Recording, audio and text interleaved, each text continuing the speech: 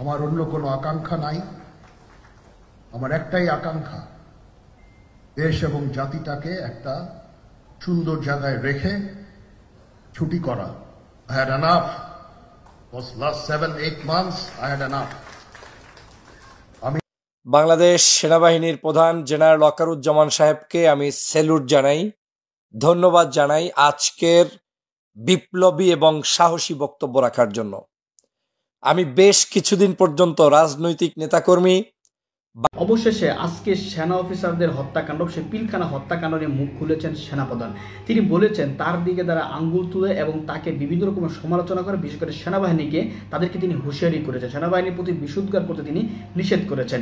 এবং এই পিলখানা হত্যাকাণ্ড কারা করেছে এবং কোন দেশের মতো হয়েছে এই বিষয়েও তিনি কথা বলেছেন। চলুন আমরা সেনাপ্রধানের আলোচনা শুনবো, এরপর বিস্তারিত কথা বলবো। এখানে কোনো রাজনৈতিক নেতৃবৃন্দ এর মধ্যে উপস্থিত ছিল কিনা, ইনভলভ ছিল কিনা, বাইরের কোন শক্তি এর মধ্যে ইনভলভ ছিল কিনা, সেটার জন্য কমিশন করা হয়েছে। কমিশনের চেয়ারম্যান এখানে আছেন, উনি এটা বের করবেন এবং আপনাদের জানাবেন। বটম লাইন হচ্ছে যে এই সমস্ত আমাদের এই চৌকস সেনার সদস্য যারা প্রাণ হারিয়েছেন, তারা প্রাণ হারিয়েছেন তদানীন্তন বিডিআর সদস্যদের গুলিতে। আমরা নিজেরা এই সমস্ত জিনিস নিয়ে অনেক ভিন্ন মত পোষণ করছি, কেউ কেউ এই জিনিসটাকে ভিন্ন খাতে প্রবাহিত করার চেষ্টা করছে, সেটা আমাদের জন্য মঙ্গলজনক হবে না। আজকে যদি আমার যে উপদেশ আমি কিছু দিয়ে যাব, সেটা যদি আপনারা গ্রহণ করেন, আপনারা লাভবান হবেন, আমি এটা আপনাদের নিশ্চিত করছি। আমরা নিজেরা ভেদাভেদ সৃষ্টি না করি, আমরা নিজেরা ইউনাইটেড থাকি। আমাদের মধ্যে যদি কোনো সমস্যা থেকে থাকে, কোনো ব্যত্যয় থেকে থাকে,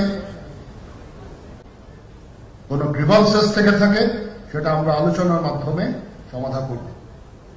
এটার জন্য ডানে বায়ে দৌড়িয়ে কোনো লাভ হবে না, নিজের ক্ষতি ছাড়া কোনো লাভ হবে না। আমি আপনাদের এই জিনিসটা নিশ্চিত করে দিচ্ছি। কিছু কিছু সদস্যদের দাবি যে তারা 2009 সাল থেকে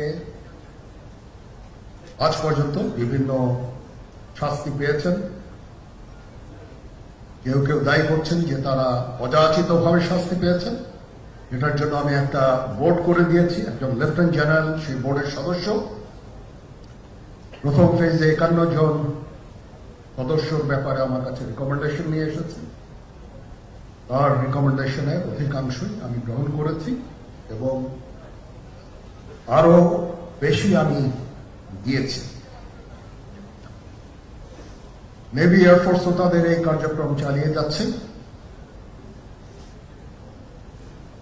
আমার স্ট্যান্ড পয়েন্ট হচ্ছে, যদি কেউ অপরাধ করে থাকে সেটার জন্য কোনো ছাড় হবে না, বিন্দু মাত্র ছাড় নাই। আমি আপনাদের পরিষ্কার করে দিচ্ছি, it is a discipline force. Discipline ফোর্সকে ডিসিপ্লিন থাকতে দেন। আজকে এই দেশের ক্রান্তি লগ্নে সমস্ত বাহিনী, সমস্ত অর্গানাইজেশন বিপর্যস্ত হয়ে পড়েছে। খালি সেনাবাহিনী টিকে আছে, বিমান বাহিনী টিকে আছে, নৌবাহিনী টিকে আছে। কেন? Because of discipline. তারপরেও আমি আমার অফিসারকে আদেশ দিয়েছি, যদি সামান্যতম কোনো সন্দেহের অবকাশ থাকে, কোনো কার বিরুদ্ধে যেই অ্যাকশন নেওয়া হয়েছে, অপরাধী কিনা যদি সামান্য কোনো সন্দেহের অবকাশ থাকে, সেটা তাদের ফেভারে যাবে। এটা হচ্ছে আমার ঢালাও নির্দেশ। সেই হিসাবে বিভিন্ন প্রস্তাব আমার কাছে এসেছে। কোনো কোনো প্রস্তাবে আমি আরো আমার নিজে থেকে যোগ করে আরো বেশি আমি দিয়েছি। এভাবে পর্যায়ক্রমে অফিসাররা অ্যাপিয়ার করবে, আসবে এবং তাদের এই জিনিসগুলো আমরা দেখব। দেখে যদি মনে হয় যে তাদেরকে করার অবকাশ আছে কিছু, অবশ্যই আমরা করব। এটা ন্যায় নীতিতে আমরা প্রতিষ্ঠিত থাকব ইনশাআল্লাহ। আপনারা কিছু মনে করবেন না, আজকে আমি একটু পরিষ্কার করে আমি কথা বলতে চাই। আপনাদের সবার হয়তো ভালো নাও লাগতে পারে, কিন্তু বিশ্বাস করেন, আমার এটা যদি আপনারা গ্রহণ করেন, আপনারা লাভবান হবেন, কোনো ক্ষতি হবে না দেশের। আমার অন্য কোনো আকাঙ্ক্ষা নাই, আমার একটাই আকাঙ্ক্ষা, দেশ এবং জাতিটাকে একটা সুন্দর জায়গায় রেখে ছুটি করা। I had enough. Was last 7-8 months I had enough. আমি চাই দেশ এবং জাতিকে একটা সুন্দর জায়গায় রেখে আমরা সেনানিবাসে ফেরত আসব।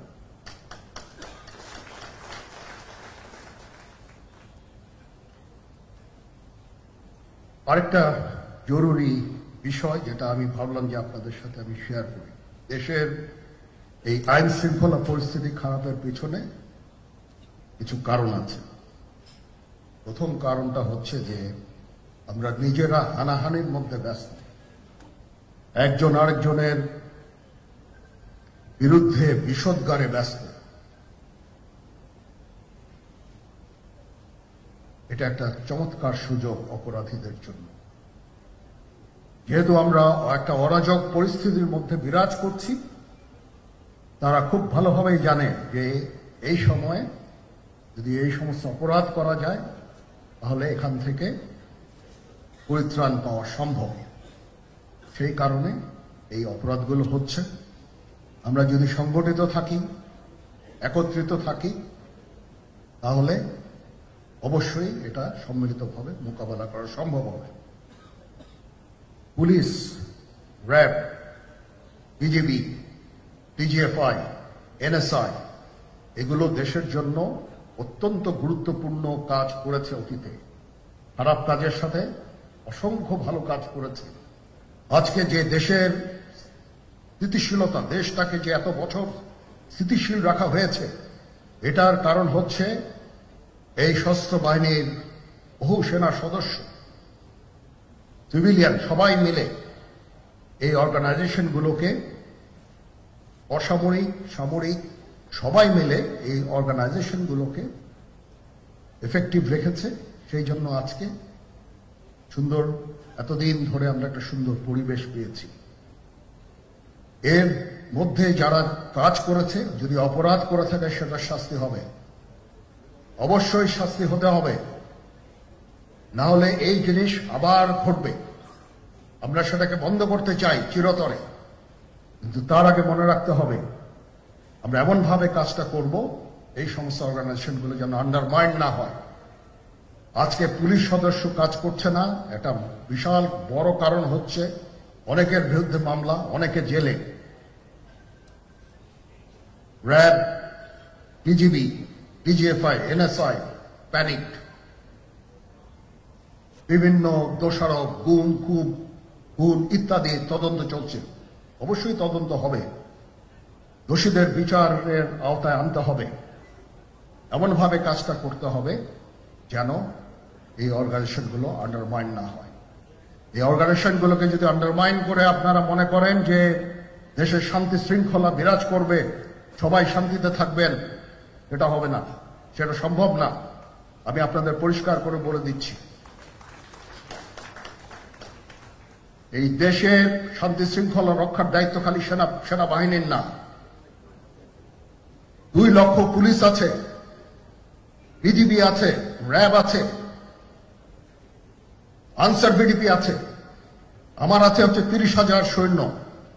এদেরকে আমি এই যে একটা বিরাট ভয়েড, আমি এই 30,000 সৈন্য দিয়ে আমি কিভাবে এটা পূরণ করব?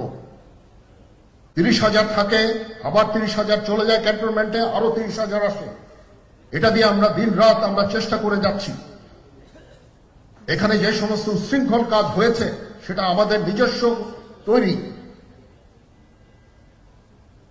এটা আমাদের নিজস্ব ম্যানুফ্যাকচার, আমরা নিজস্ব এইগুলো তৈরি করেছি। এই বিপরীতমুখী কাজ করলে এসে কখনো শান্তি শৃঙ্খলা আসবে না, এই জিনিসটা আপনাদের মনে রাখতে হবে।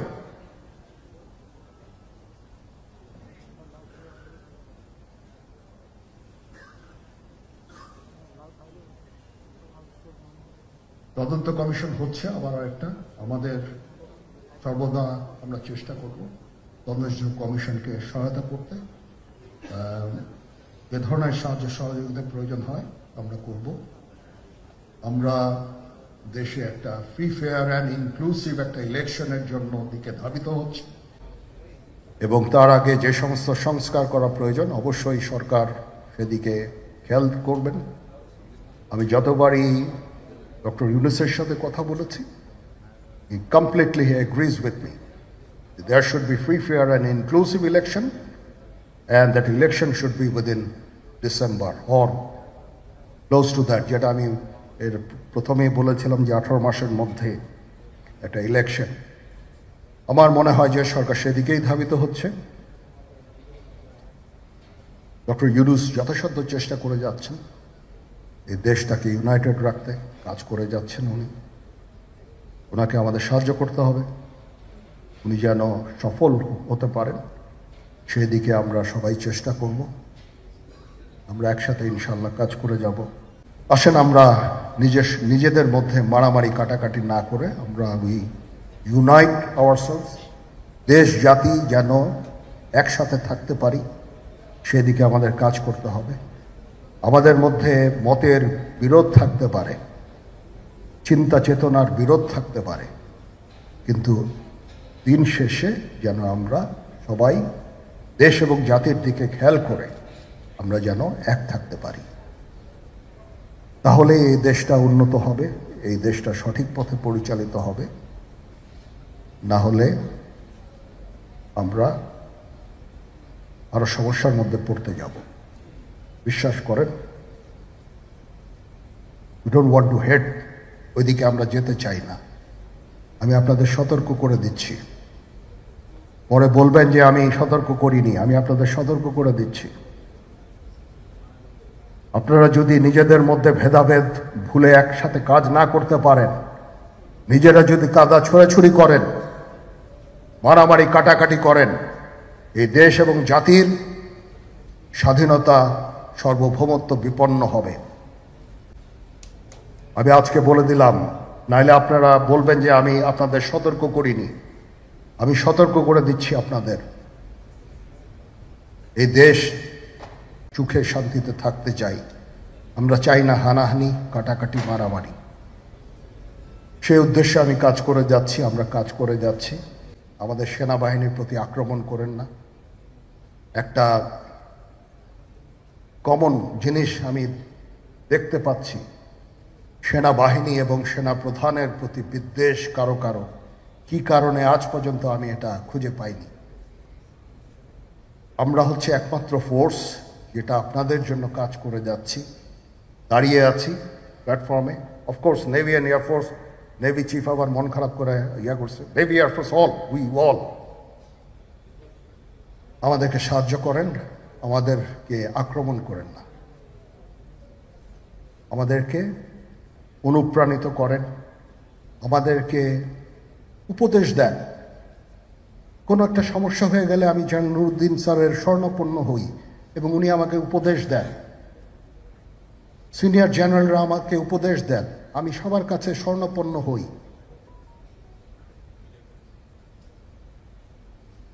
আমাদের প্রতি আক্রমণ করেন না, উপদেশ দেন। সেনাপ্রধান জেনারেল ওয়াকরুজ্জামান ঠিক এমনটাই মন্তব্য করেছেন, বলতে গেলে সতর্ক করে দিয়েছেন, হুঁশিয়ারি উচ্চারণ করেছেন। এবং একই সঙ্গে তার যে পুরনো বক্তব্য গত সেপ্টেম্বরে তিনি যেমন বলেছিলেন যে 18 মাসের মধ্যে নির্বাচন, অর্থাৎ ডিসেম্বর থেকে আগামী বছরের মার্চের মধ্যে, সেই কথাই তিনি মনে করিয়ে দিয়েছেন। মঙ্গলবার শহীদ বিডিআর সদস্যদের উপলক্ষে একটি আয়োজিত অনুষ্ঠানে রাওয়া ক্লাবে তিনি এমন সব মন্তব্য করেছেন। এবং আমার মনে হয় সেনা প্রধানের মতন পদে থেকে কোনো ব্যক্তির জন্য বা ব্যক্তির পক্ষে এর চেয়ে খোলামেলা কথা বলা সম্ভব নয়। তিনি কিছুটা প্রকাশ্যে বলেছেন, কিছুটা ইঙ্গিত দিয়েছেন। তিনি সেখানে বলছেন যে আমার মনে হয় আমরা নির্বাচনের দিকেই ধাবিত হচ্ছি। 18 মাসের কথা বলেছিলাম, ডিসেম্বরের মধ্যে একটা সুষ্ঠু ও নিরপেক্ষ নির্বাচন প্রত্যাশা করছি। অর্থাৎ আমাদের মনে থাকার কথা যে গত সেপ্টেম্বরে অর্থাৎ 2024 সেপ্টেম্বরের 23 তারিখে যুক্তরাষ্ট্রে তিনি যখন সফরে ছিলেন তখন আন্তর্জাতিক গণমাধ্যম রয়টার্সকে দেওয়া একটা সাক্ষাৎকারে তিনি বলেছিলেন যে 18 মাসের মধ্যে একটা সুষ্ঠু নিরপেক্ষ নির্বাচন সম্ভব। অর্থাৎ সেপ্টেম্বর থেকে আমরা যদি ধরি যে 2026 মার্চ পর্যন্ত তিনি সর্বোচ্চ সময়ের কথা উল্লেখ করেছিলেন এবং সেই কথা মনে করিয়ে দিয়ে তিনি স্পেসিফিক্যালি আবার বললেন যে ডিসেম্বরের মধ্যেই একটা সুষ্ঠু নিরপেক্ষ নির্বাচন জাতি প্রত্যাশা করছে। তিনি বলছেন যে আমি সতর্ক করে দিচ্ছি, পরে বলতে পারবেন না যে সতর্ক করিনি। এবং প্রধান উপদেষ্টা ডক্টর মোহাম্মদ ইউনূস যতটুকু পারছেন সাহায্য করছেন, দেশকে ইউনাইটেড রাখার চেষ্টা করছেন। তিনি তো শিক্ষিত, খুবই ডিপ্লোম্যাটিক, সেনাপ্রধানের দায়িত্বে থাকার পরও তার মন্তব্যগুলো এরকমই মানে হওয়ার কথা হচ্ছে আর কি। এর বাইরে আর কি বলবেন তিনি? ডক্টর ইউনূস আসলে কি চাইছিলেন? ছাত্র উপদেষ্টা বা ছাত্র সমন্বয়করা যা বলছিলেন তিনি তো তোতা পাখির মতন সেগুলোই বলে যাচ্ছিলেন এবং তিনি বলছিলেন যে কদিন আগে যেটি বললেন, কম সংস্কার চাইলে ডিসেম্বর, বেশি সংস্কার চাইলে পরের বছরের জুন। কিন্তু তার এই কথায় কেউ আস্থা রাখতে পারছিলেন না এবং তার যে প্রেস সচিব মিস্টার শফিকুল আলম তিনি বরাবরই বলে আসছিলেন যে জুনের মধ্যে নির্বাচন। মানে প্রধান উপদেষ্টার কথার বাইরে গিয়ে আরও এক ধাপ তিনি এগিয়ে গিয়ে কথা বলার চেষ্টা করছিলেন এবং আমরা অনেকেই বলছেন যে প্রধান উপদেষ্টা যেটি বললাম যে জুনের মধ্যে খুব বেশি হলে, আবার কেউ কেউ বলছিলাম যে তিনি তো 2026 প্রথমার্ধ বলেছেন। প্রথমার্ধ বলতে তো মার্চই ধরিনি আমরা, যে কোয়ার্টারলি হিসাব করি, কিন্তু ব্যাখ্যাটি দেওয়ার চেষ্টা করলেন প্রেস সচিব জুনের মধ্যে। এবং এই ধরনের সেনাবাহিনীর এই ধরনের মানসিকতা বুঝতে পেরেই কি একদিন আগে অর্থাৎ গত সোমবার প্রেস সচিব বললেন যে মার্চের মধ্যে নির্বাচন হতে পারে, তখন পরে গিয়ে প্রতিকূল আবহাওয়ার সৃষ্টি হয়। আগে থেকেই সম্ভবত আজ করতে পেরেছেন, আমরা জানি না। তো আরও যদি উদাহরণ হিসেবে টেনে আনা যায়, স্থানীয় সরকার নির্বাচন আগে করতে হবে। ছাত্র উপদেষ্টা আসিফ মাহমুদের যে হুঁশিয়ারি, অন্যান্য ছাত্র উপদেষ্টা তেমনটাই বলছিলেন এবং একই সঙ্গে ছাত্র সমন্বয়করা সেই দাবি করে আসছেন যে আগে স্থানীয় সরকার নির্বাচন, এবং তার জন্য তারা নানান ধরনের প্ল্যানিং করে আসছে। সেই জায়গা থেকে সরকারের মধ্য থেকেও এক ধরনের নমনীয়তা লক্ষ্য করা যাচ্ছিল যে হ্যাঁ, জাতীয় সংসদ নির্বাচন আগে স্থানীয় সরকার নির্বাচন সরকার ভাবছে। কোনো কোনো উপদেষ্টা বলছিলেন। এখন কি করবেন ছাত্র সমন্বয়করা কিংবা সরকারের অন্যান্য উপদেষ্টারা?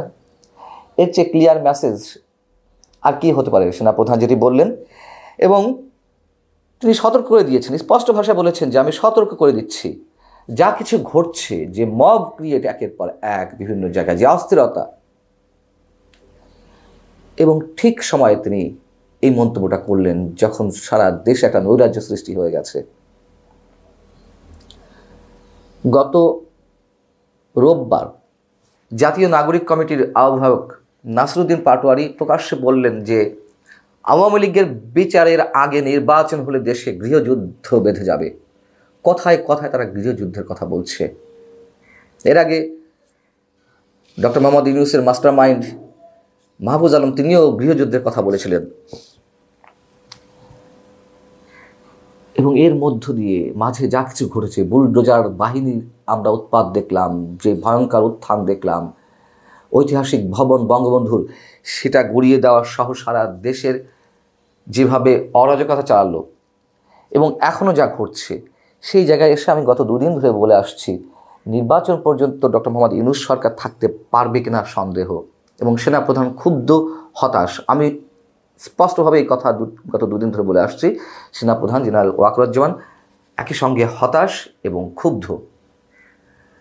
তারা তো আর সেভাবে প্রকাশ করবেন না বিষয়গুলো। যা বলার অনেকখানি পরিষ্কার, অনেকখানি ইঙ্গিতের মধ্য দিয়ে তিনি বলে ফেলেছেন। এবং যে মুহূর্তে ছাত্র সমন্বয়কদের যে কিংস পার্টি অনেকে অভিহিত করছেন, সেটি শুক্রবার আত্মপ্রকাশ করবে এবং মহা আয়োজনে ঢাক ঢোল পিটিয়ে আসুক, ভালো কথা। এটি নিয়ে আমাদের কোনো আপত্তি ছিল না, আমরা সবাই ওয়েলকাম জানাতে চাই। কিন্তু যে বিতর্কের মধ্যে দিয়ে দলটি জন্ম হচ্ছে এবং যে অরাজকতা সৃষ্টি হয়েছে তার মধ্য দিয়ে সেনাপ্রধানের ঠিক এই সময় এই বক্তব্যগুলো খুবই প্রয়োজন ছিল। তিনি একই সঙ্গে বলছেন যে আমি আরও একটি জিনিস পরিষ্কার করে বলতে চাই, আমার অন্য কোনো আকাঙ্ক্ষা নেই, একটাই আকাঙ্ক্ষা, দেশ ও জাতিকে সুন্দর জায়গায় রেখে সেনানিবাসে ফেরত আসব। এটা তো সত্য কথা। ইতিহাসে এই পর্যন্ত 2জন সেনাপ্রধানের জন্য ক্ষমতা গ্রহণটা খুব সহজ ছিল, খুবই সাবলীল ছিল। ক্ষমতা নিলে কারো কিছু তেমন বলা থাকতো না। একজন হচ্ছেন সাবেক সেনাপ্রধান জেনারেল নুরুদ্দিন খান। 90-তে যখন সাবেক সামরিক শাসক এরশাদের পতন ঘনিয়ে আসছে তখন তাকে আহ্বান জানানো হয়েছিল যে আপনি ক্ষমতা নিন, তিনি প্রত্যাখ্যান করেছিলেন। আর একজন হচ্ছেন আমাদের বর্তমান সেনাপ্রধান জেনারেল ওয়াকারুজ্জামান। 5 আগস্টে যে অবস্থা ঘটেছিল তার মধ্য দিয়ে জেনারেল ওয়াকারুজ্জামান যদি টেক ওভার করতেন, যদি রাষ্ট্রীয় ক্ষমতায় চলে আসতেন, কারো কিছু বলার ছিল? কারো কোনো প্রশ্ন তোলার সুযোগ ছিল? কেউ তো বলতো না যে কেন আপনি এটি করলেন। যদিও এটি একটা সামরিক শাসন নিকৃষ্টতম গণতন্ত্রের চেয়েও ভয়ঙ্কর, কিন্তু তখন যে অবস্থা দাঁড়িয়েছিল তার জন্য তো মোক্ষম সুযোগ ছিল, তিনি নেননি।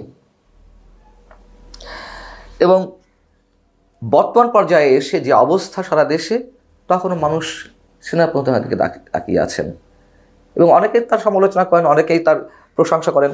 সমালোচনা কারা করেন? হয়তো যে দলটির পতন ঘটেছে সরকার হিসেবে তারা অবিশ্বাসের জায়গা থেকে কথাগুলো বলছেন।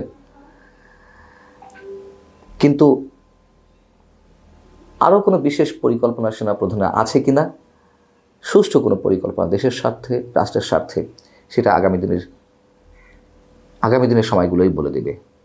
যারা সেনাপ্রধান আলোচনা শুনেছেন তিনি বলেছেন স্পষ্ট যে তার কোনো আশা আকাঙ্ক্ষা নেই। অর্থাৎ আমরা যে মনে করি তিনি সেনা শাসন হবেন, তিনি প্রধান উপদেষ্টা হবেন, এগুলোর আকাঙ্ক্ষা তার ভিতরে নেই এবং এই সেনা হত্যাকাণ্ডে তিনিও বিচার চান এবং তিনি তদন্ত হচ্ছে এবং প্রত্যেককে বিচারের মুখোমুখি করা হবে। তো সেনাপ্রধানের প্রতি সবাই আস্থা রাখার জন্য তিনি অনুরোধ করেছেন সেনাবাহিনীর প্রতি। তো আমরা সেনাবাহিনীর প্রতি আস্থা রাখতে চাই, আবার যেন এই সেনাবাহিনী আওয়ামী লীগের পক্ষ হয়ে কাজ না করে, আমরা সেটাও চাই।